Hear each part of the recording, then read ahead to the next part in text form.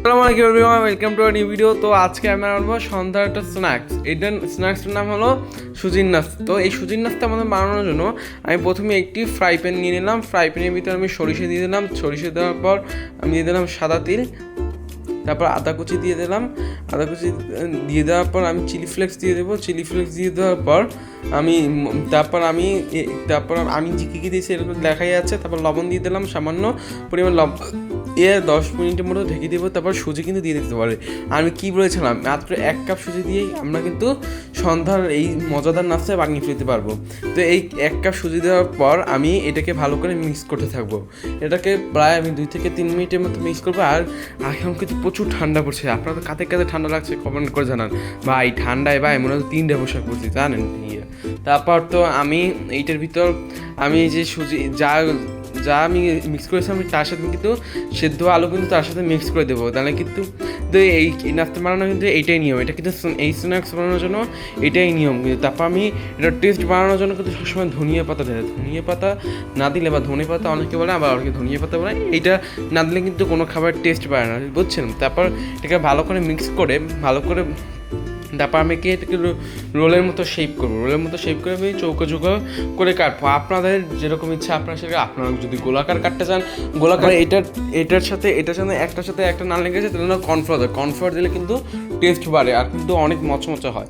তো কর্নফ্লাওয়ার দিয়ে দিলাম কেন জানো, আমি তো কিন্তু আগে এটি বলে রাখলাম এই স্ন্যাক্সে কিন্তু কোনো আটার মধ্যে অ্যাড করা যাবে না।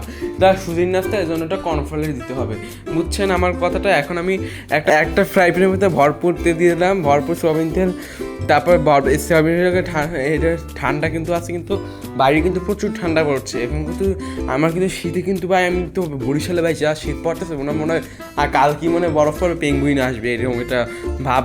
তো এইসব কথা না পারি আমি এগুলো সুজিগুলো দিয়ে দিলাম। তারপর এগুলো দিয়ে আমি কিন্তু ভালো করে ফ্রাই করতে হবে, কারণ ভাই যা শীত ভাই, এই শীতে ভাই এইসব নাস্তা খেতে যে কত মজা ভাই, না খেলে বুঝবেন না ভাই। এবার গরমে খাইতে চাই না, এটা কিন্তু কিন্তু বারবার ঘাম অস্বস্তি ফিল হবে, ঠিক আছে।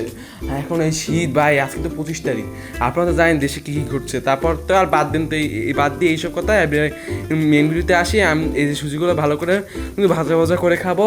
আর আমার বাসার পাশে যা শব্দ আসছে, আজকে কিন্তু 25শে ডিসেম্বর, এই জন্য কিন্তু এরকম শব্দ আসছে। তো এইসব কথা না বাড়িয়ে আজকে যে পরিমাণ জ্বালা হয়েছে, আজকে মনে হয় আমি ভিডিওই করতে পারিনি, এরকম একটা অবস্থা। তো বাদ দেন তো এইসব কথা। তারপর আমি একটা সুজিগুলো ভাজতে থাকবো। সুজিগুলো ভাজতে থাকতে আমি এই সুজিগুলো ভাজতে থাকবো। এখন শীতের মধ্যে কিন্তু এইসব স্ন্যাক্স খেতে কিন্তু অনেক মজাদার। আমার বাসার পাশে কিন্তু প্রচুর শব্দ হচ্ছে। এই যে আমার বাসার পাশে একটা মহিলা প্রতিবেশী কিন্তু প্রচুর শব্দ করছে। এরকম আপনার কার প্রতিবেশী আছে আমাকে একটু কমেন্ট করে জানাবেন। তো এসব বাদ দিয়ে এসব কথা। তারপর আমি এরকম ভালো করে ভেজে নিয়ে মচমচা করে নিব। তারপর মচমচা করে এই যে আমি কিন্তু একটা সবকটা উঠিয়ে নিবে। আমি কতক্ষণ ভাজবো, এটা হাইয়েস্ট 15 মিনিট ভাজবো, ঠিক আছে। হাইয়েস্ট 15 মিনিট আমার ঘোষণা। আর আমার বাসার পাশে যে পরিমাণ জ্বালা হইতে আজকে আপনি তো জানেন কী হইতেছে। তো বাদ দেন এসব কথা।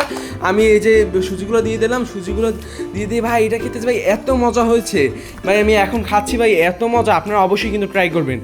আর এই সুজির নাস্তা কিন্তু ভাই, এটা ভাই বিশেষ করে এটা চিকেন ফ্রাইয়ের চেয়ে মজা।